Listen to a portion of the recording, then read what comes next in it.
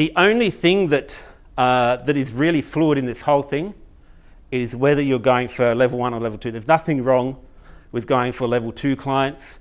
It's all fluid. It's just kind of my way of keeping it simple and straightforward in my head without having to think too much about it.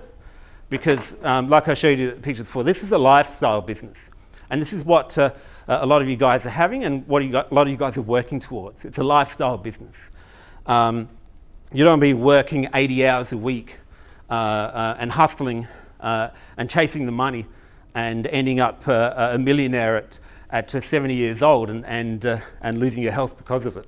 So getting attention. Now getting the attention of your level 1 or level 2 client is really an interesting practice, because I was talking to someone before about using Facebook ads for looking for copywriting work, and the problem with that is, it's such a bad positioning. You can't be prospecting for copywriting work because it lowers your position, your perceived value in the marketplace. The thing is, if I'm so good at copywriting, why am I looking for clients? I haven't actually prospected for a copywriting client in the normal way for at least 5 or 6 years.